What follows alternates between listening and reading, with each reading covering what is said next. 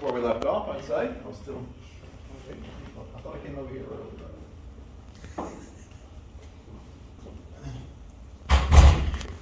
So this is where we left off, I think. Is that right? I believe so. So we're talking about the respiratory structures, of course, for fish. Mostly that's going to be the gills.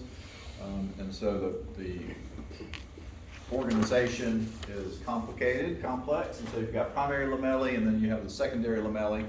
And that's the secondary lamellae is where gas exchange happens. And so this is the primary lamella, and then the capillaries are running like into the screen, going that way or the other way, depending on which direction you're looking at. And then the water's flowing between those things. So the capillaries are running in through the secondary lamellae, and then also water is running between those structures, and that's where you have gas exchange. And so that's the main idea. So as water flows across the tissue, because they're so close to the water column, and you have different concentration of oxygen in the water column compared to the bloodstream, then you have gas exchange. And mostly what we're talking about now is the diffusion of oxygen into the bloodstream, but also you have diffusion of waste products like carbon dioxide out into the water column from the bloodstream. So that's a part of it, and that's going to be a little bit more important when we talk about how oxygen is transported, but that's the basic idea. The other important element of this process is the countercurrent exchange. And so we talked a little bit about that already when we talked about the gas bladder, and you have a reed system where you have blood vessels flowing in opposite directions basically, and that enhances the diffusion across the membrane because it sets up a concentration gradient, and that's ultimately what causes molecules to move. And so in the gill tissue, of course, it's mostly to maximize the absorption of oxygen into the bloodstream. And so the basic idea is that the water is flowing in an opposite direction as compared to the blood flow. And so in this particular diagram, so you've got the afferent artery, and then that branches off into these vessels that move into the primary lamellae. And then as that blood flows through the capillaries of the secondary lamellae, it's flowing in this direction. So come up this way, then flowing this way. The water is flowing in the opposite direction. So you've got blood flowing one way, water flowing the opposite way. And that, of course, is countercurrent. And then the idea of the exchange is that now you have oxygen to diffuse. The reason why that's important is because it maximizes what happens with the transfer of oxygen from the water column to the bloodstream. And this is just kind of a diagram to show you that. And it's hard to start this, as someone trying to explain it, it's kind of hard to start because it's a continuous process and there's no real beginning. But we can start right here. And so this represents blood flowing into the gill tissue. And so just thinking in terms of what's happening with oxygen in the cells, you would expect that blood to be high or low in oxygen, if we're talking about the blood that's flowing into the gill tissue. High. Not high, but low. And so the reason why it's low is because this blood came from all the cells, and now it's moving into the gill tissue. So we can imagine this area right here is the secondary lamellae. So this is a blood vessel flowing into the secondary lamellae of the gill tissue. If it's coming from the tissues, then there's almost zero oxygen in it because the cells have taken all that oxygen to synthesize ATP. As this blood flows this way and water flows this way, you get diffusion of oxygen into the bloodstream. But because it's flowing in opposite directions, it maximizes that exchange. Okay, and the bottom line is that no matter where you are in this vessel, the oxygen level here is always going to be lower than the oxygen level here. Okay, and so and we can kind of imagine what's happening. So as this blood is moving across the water, it's picking up oxygen, right? As this water is moving into the gill tissue, it's completely saturated with oxygen because nobody has taken the oxygen out of it. And so as this is picking it up, it's not saturated yet here. When it first comes into the tissue, it's completely saturated, right? So you've got 100% oxygen, 95% oxygen here, and so that's going to allow the fusion of oxygen into the bloodstream. as this water moves this way, there's a little bit less oxygen there, but also a little bit less here because it hasn't gotten here yet, right? And so along the whole length of that blood vessel, you have oxygen diffusing in one direction, only this way. And so ultimately, you know, from 0 to 95, this blood is going to pick up most of the oxygen that's available. If the blood and water were flowing in the same direction, then you wouldn't have that, right? So if the blood is flowing in this direction and the water is flowing in that same direction, so you've got blood vessels going this way, water flowing this way. And we start off with 0% oxygen, and what's the new water gonna have? 100%. What is it? 100%. 100% oxygen. So will you get diffusion of oxygen into the bloodstream? Absolutely you will, right? Quickly. And so oxygen is going to go this way into the bloodstream, and this percentage is going to increase, right? So it's going to increase to 20, and then this is going to be 80, and this is going to be 30, and this is going to be, what, 60, and then this is going to be, no, 70. And then this is going to be 40, and this is going to be what? 60. And then this is going to be 50, and this is going to be what? 50. And then this is going to be what? 50. This is going to be 50. That's going to be 50. All right, so if it's flowing in the same direction, the maximum amount of oxygen that the blood can pull from the water is only 50% of what's there at the beginning, because then you get to a point where there's no concentration gradient anymore.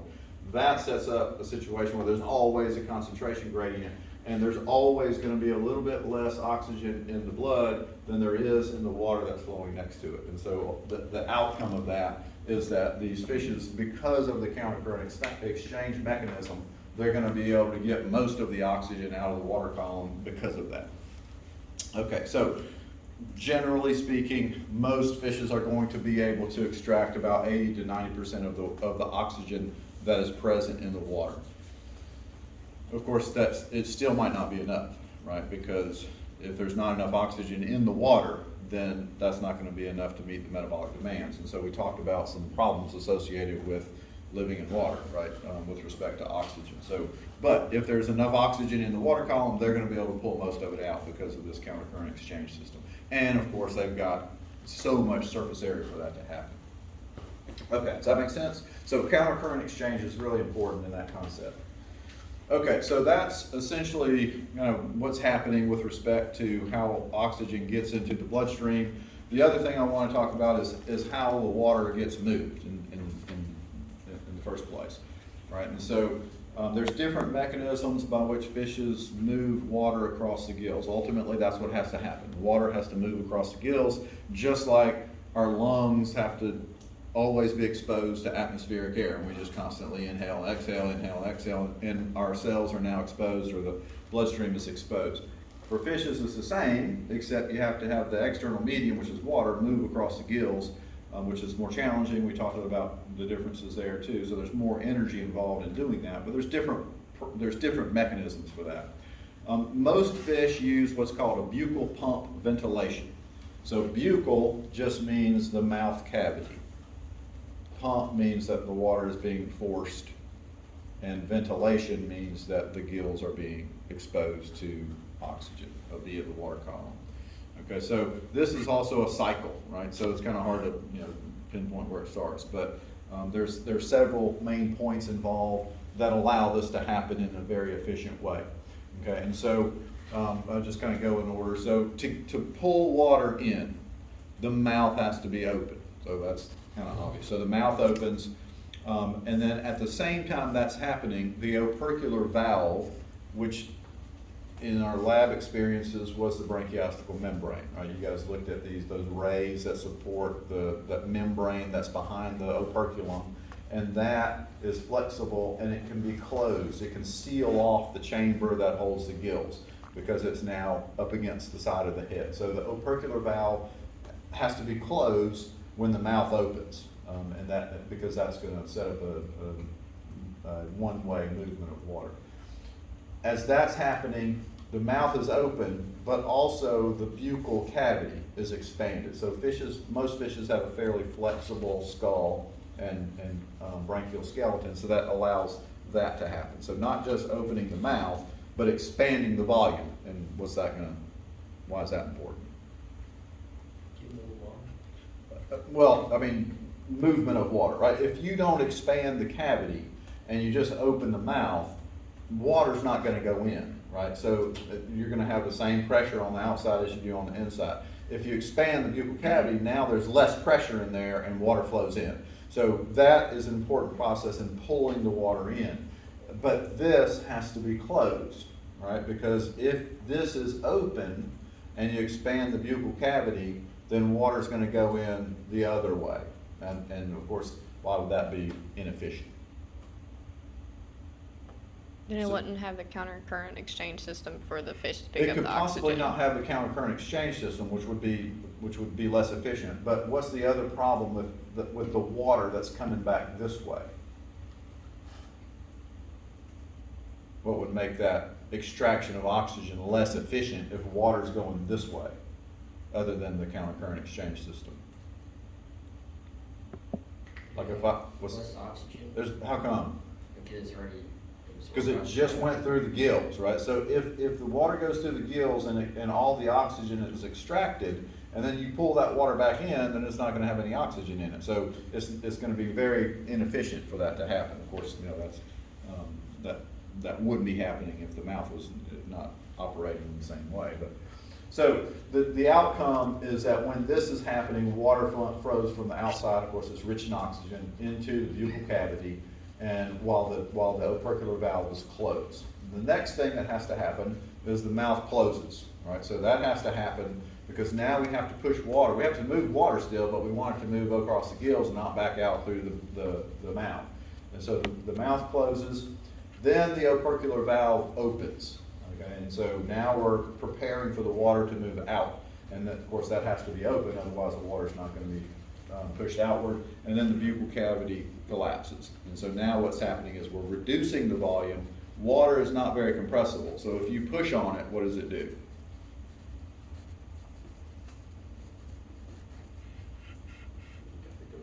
It moves, right? So if water was compressible like air, then it's not like if I wave my hand, Ryan's not gonna feel that. But if we're in water and I do that, Ryan's eventually gonna feel that because water has moved and came in contact with him. So the water's not very compressible. So as the volume decreases, then that pushes the water one way or the other. If the mouth is closed, there's only one way to go, and that's out, as long as the opercular valve is open.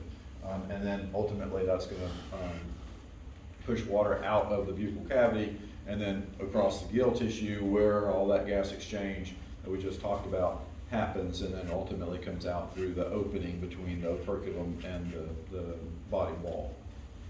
And then of course the fish does that again. So when you look at a fish in an aquarium, mostly what you see is their mouth opening and closing, but what you don't see, unless you look carefully, is what's happening with the operculum. You'll see it doing that and closing, but you won't notice the valve has to be closed when the mouth opens, and then when the mouth closes, then that opens and the buccal cavity is compressed. And so ultimately that's going to be a fairly efficient method for getting water to move across the gills where the oxygen can be extracted. There's other mechanisms for that, right? So not all fish have opercular covers with opercular valves, including things like sharks don't have an operculum, so they can't use that to manipulate the movement of water. And so most sharks use a technique that's called ram ventilation. Of course, ventilation is still passing water across the gills, but ram in this case means pushing forward, right? So like you're ramming into something. Right, so, and this is obviously a lot simpler. So as these animals are swimming, their mouth is open, the opercular openings are open, there's no real valve that closes them, and then the fish is continually just swimming around, and as that happens, water is just forced into the buccal cavity across the gills and out, and they can extract oxygen the same way. It's still counter current exchange, but they don't have the mechanisms for controlling the movement. And that's one of the reasons why sharks are continually swimming around, right? They can't just sit there and move water very effectively. Some of them do, but most of them can't. So they're open water column species that are swimming around all the time with their mouths open and letting water just bathe the gill tissue through that process. There are some other animals that do that aren't sharks. These are things like tuna, mackerel, jack crevalle, those kind of animals that again are they're open water, high-speed swimmers, open ocean kind of animals, and we'll talk about them in a minute because they also have some other characteristics that are a little bit different, but their respiration is related to that. And so the problem with doing buccal pump mechanism, can you think of a problem with that? There's one aspect to it that makes it a little bit less efficient than this. So if I'm opening and closing my mouth to move water, there has to be some sort of what? Like when I'm open, I open my mouth, water goes in, and close my mouth. So while I'm doing this part of it, what's not happening? You're not eating? Well, I'm not eating, but I mean, those two things are kind of unrelated, but what else am I not doing? When my mouth is closed and water's going out the back, what's not happening?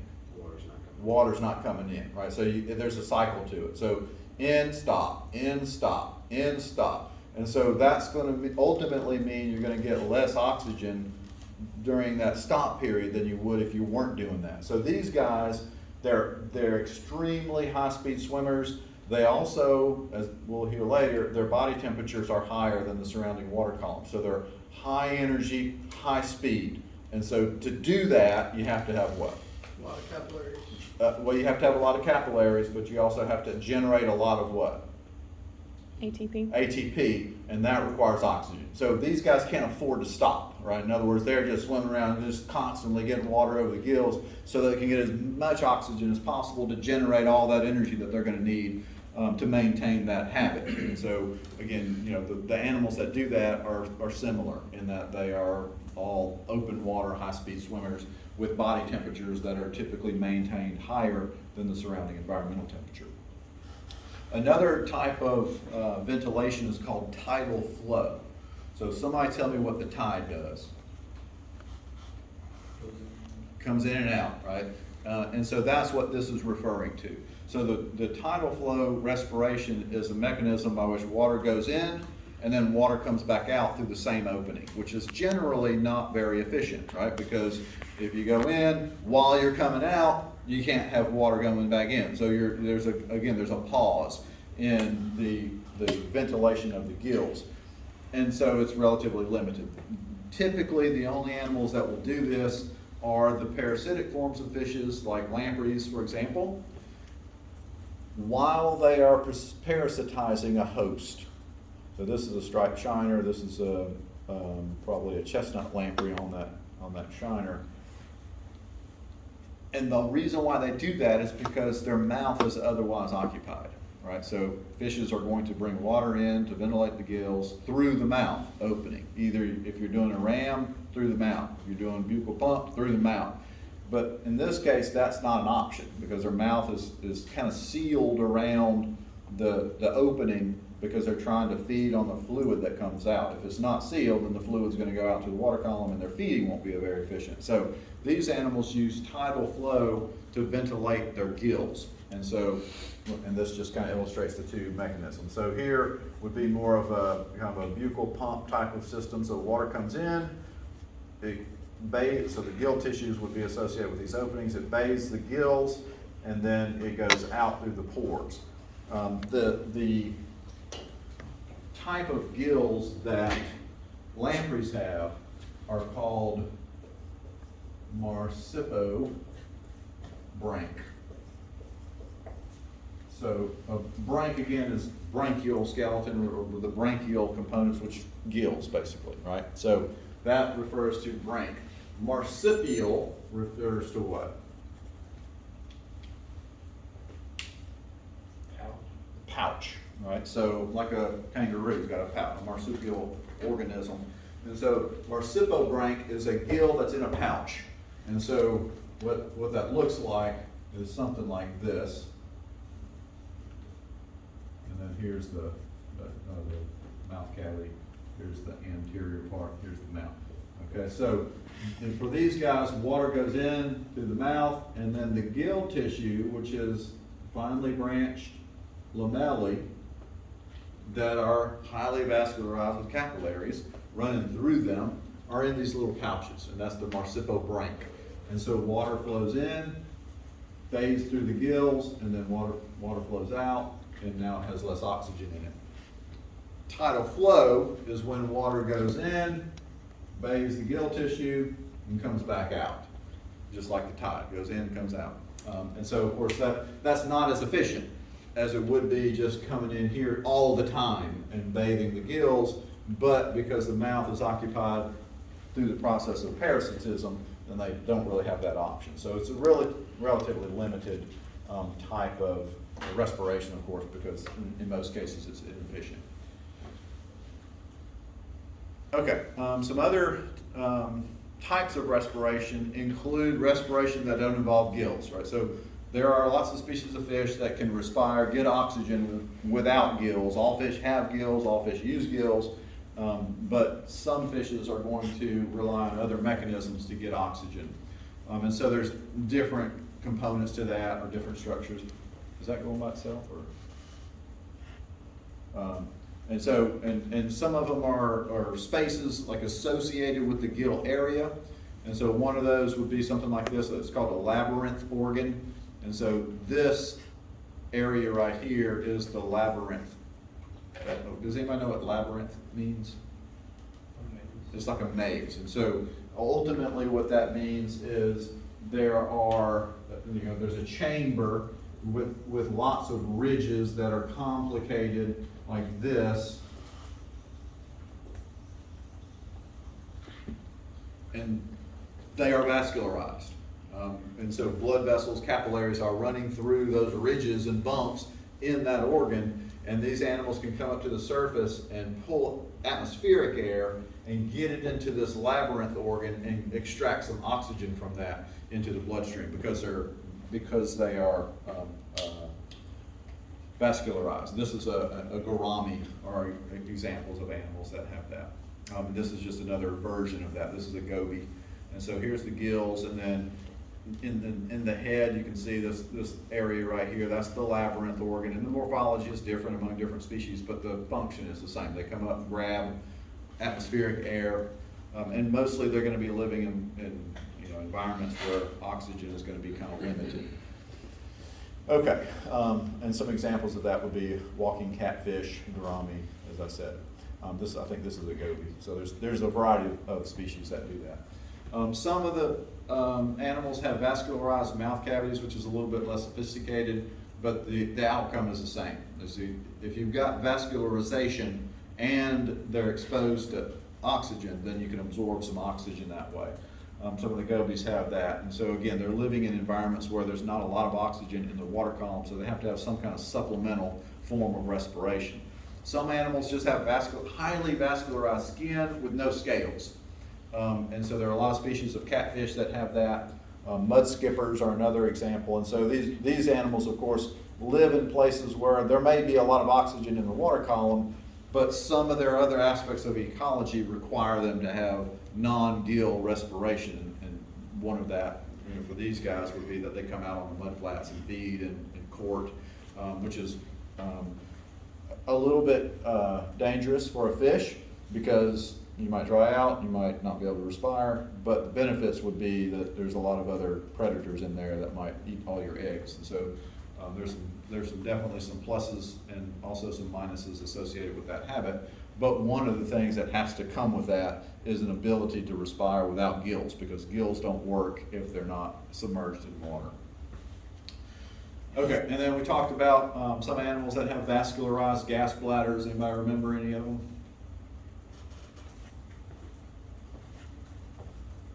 Gar is a good example. The other one that we talked about mostly is the bowfin. And then, of course, there are some animals that have lungs.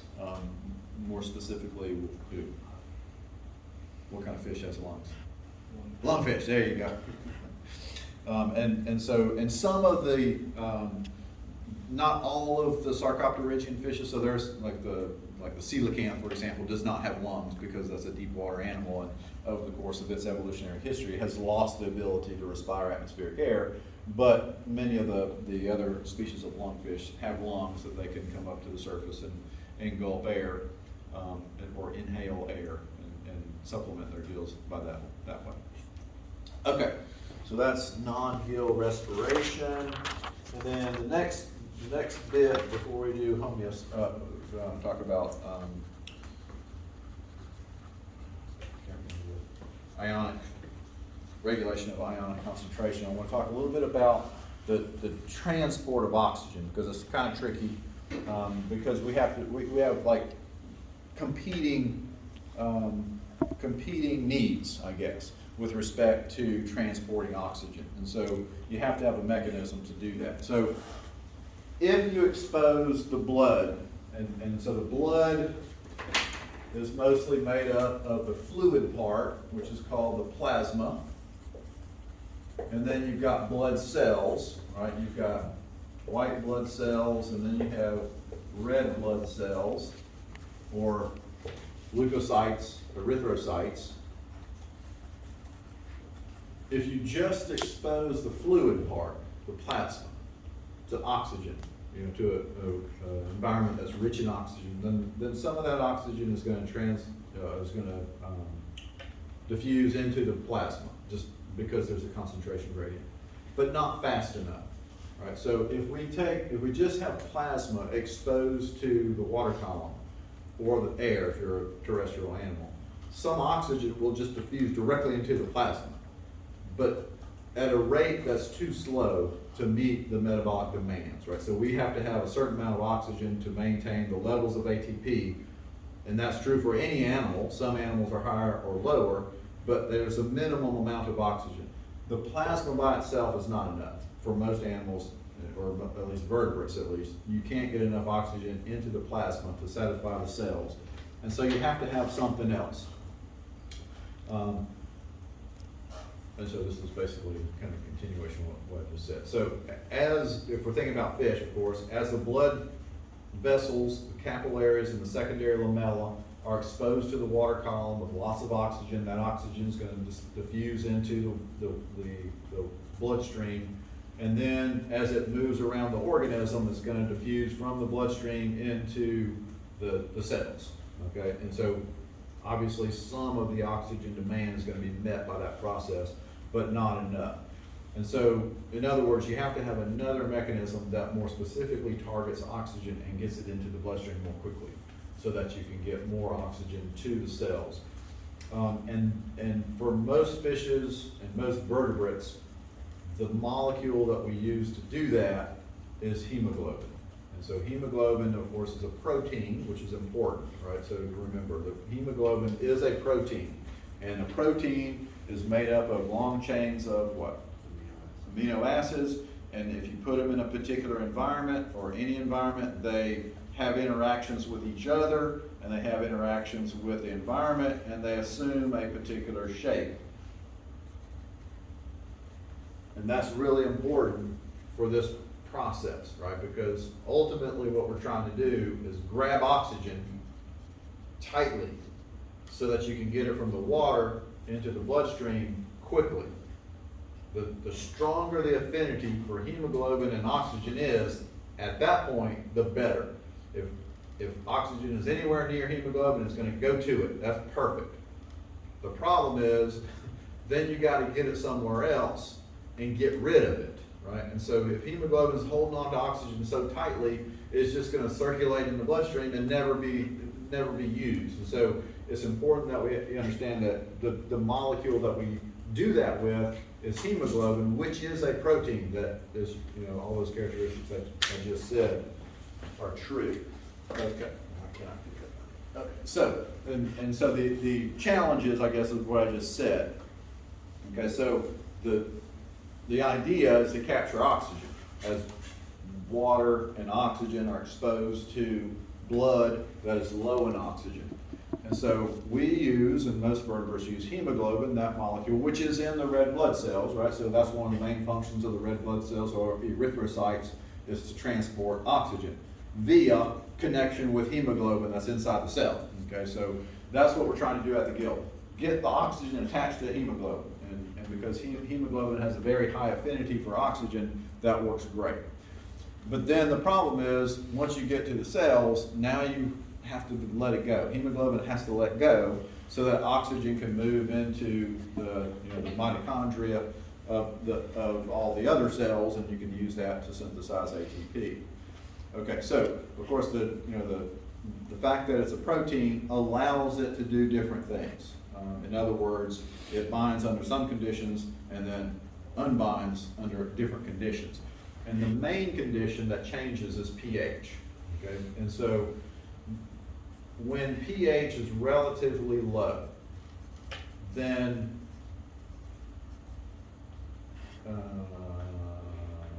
I'm sorry, not low. High pH at the gills. Then that change, or that results in a shape of hemoglobin that is exposed to the reactive spot where oxygen can attach. Right, so it changes the shape to reveal the site on that protein where oxygen actually binds, if pH is low. And that happens at the gills, right? And the reason why that happens at the gills, I don't know what my, is because all the CO2 that was built up from the cells, and so one of the byproducts of cellular respiration is carbon dioxide, right? So the cells are using oxygen, synthesizing ATP. One of the byproducts of breakdown of glucose is CO2, and you have to get rid of it because it's toxic. So that gets diffused into the bloodstream. But at the gills, what happens? As the blood's coursing through the gills, exposed to the water, what happens to the CO2 that's in high concentrations? It's diffused out. It diffuses out, right? So at the gill tissue, the carbon dioxide, CO2, decreases or diffuses out into the water column. If you leave CO2 in water, it becomes carbonic acid, and that will equal a lower pH. But if you're getting rid of the CO2, then you don't get much carbonic acid forming, and you don't get the dissociation of the H+ ions to cause the pH to go down.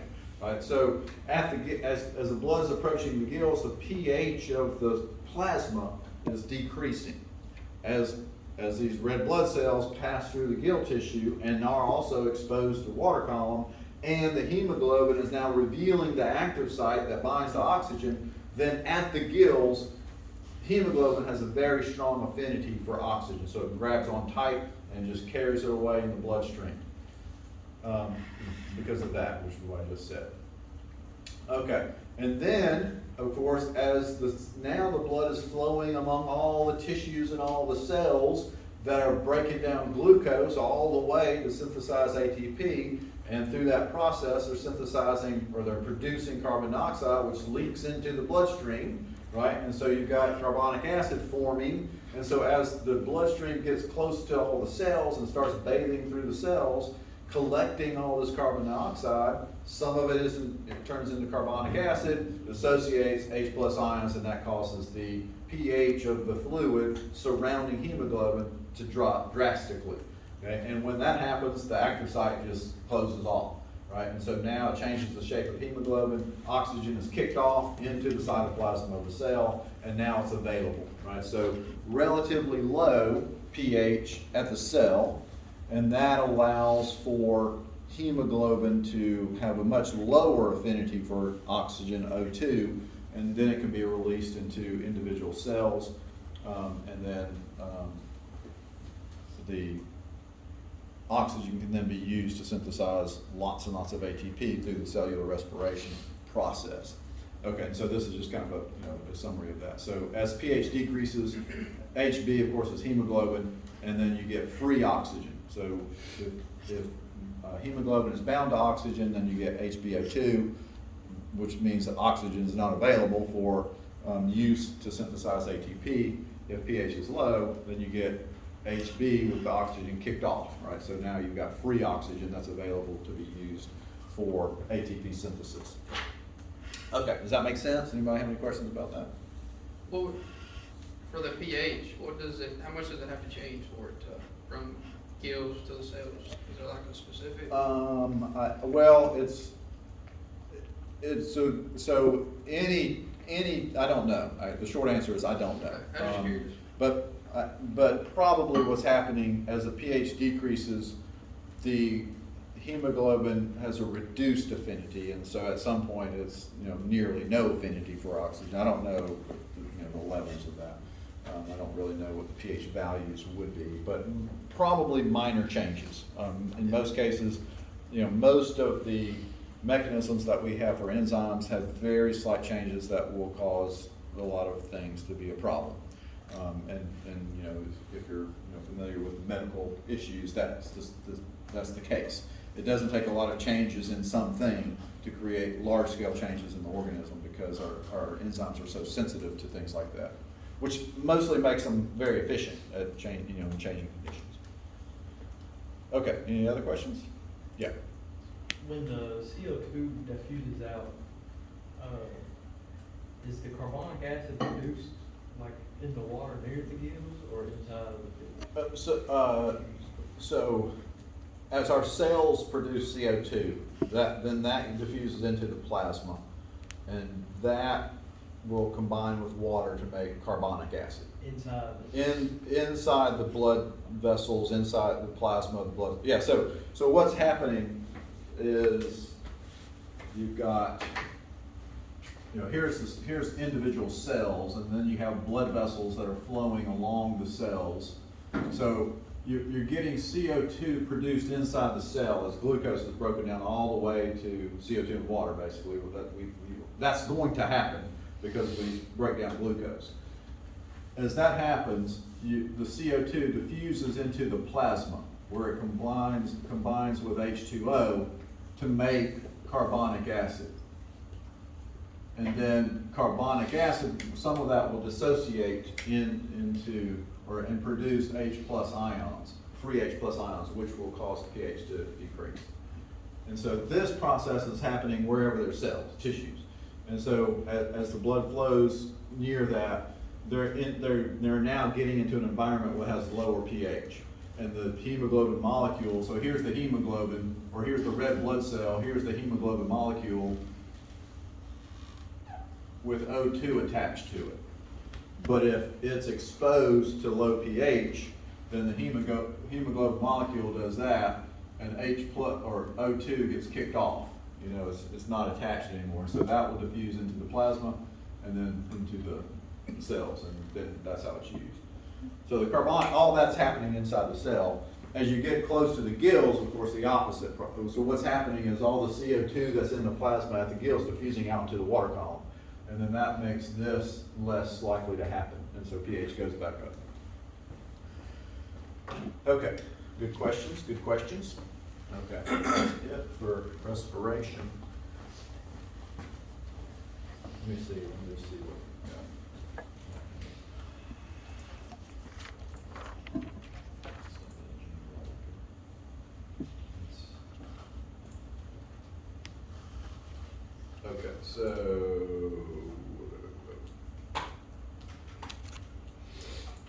Okay, so the next topic we'll talk about is homeostasis, and homeostasis is what? What does that mean? Anybody?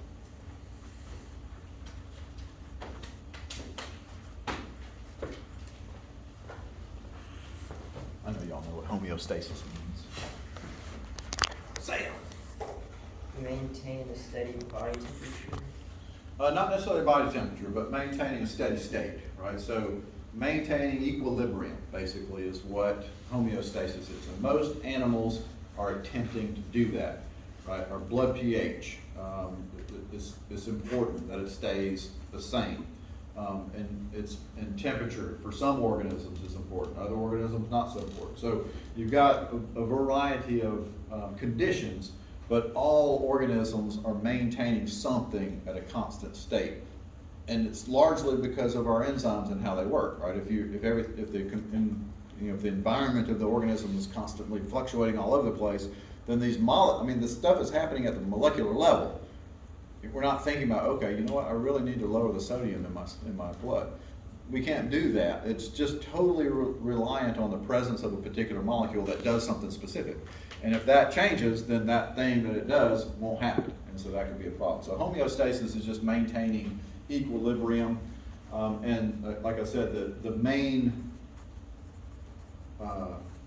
motivation of that is so that our physiological processes happen in a predictable way, right? And so for humans and other endothermic organisms, we maintain a body temperature, and if it fluctuates either way a little bit, then there's problems, right? So if you have a fever of 104, which is not really that different than 98.6, you could die from that because it's changing the physiological processes, it's changing the function of a lot of specific molecules to do specific things that you have to maintain for life. And so that's the main idea for this particular part of it. I'll stop here since it's time to go. And we'll talk about it again on Tuesday. We have school on Tuesday? Is there something going on Tuesday? I don't think so. Okay. Sometimes I say, I'll see you Tuesday. No, we're not school that day.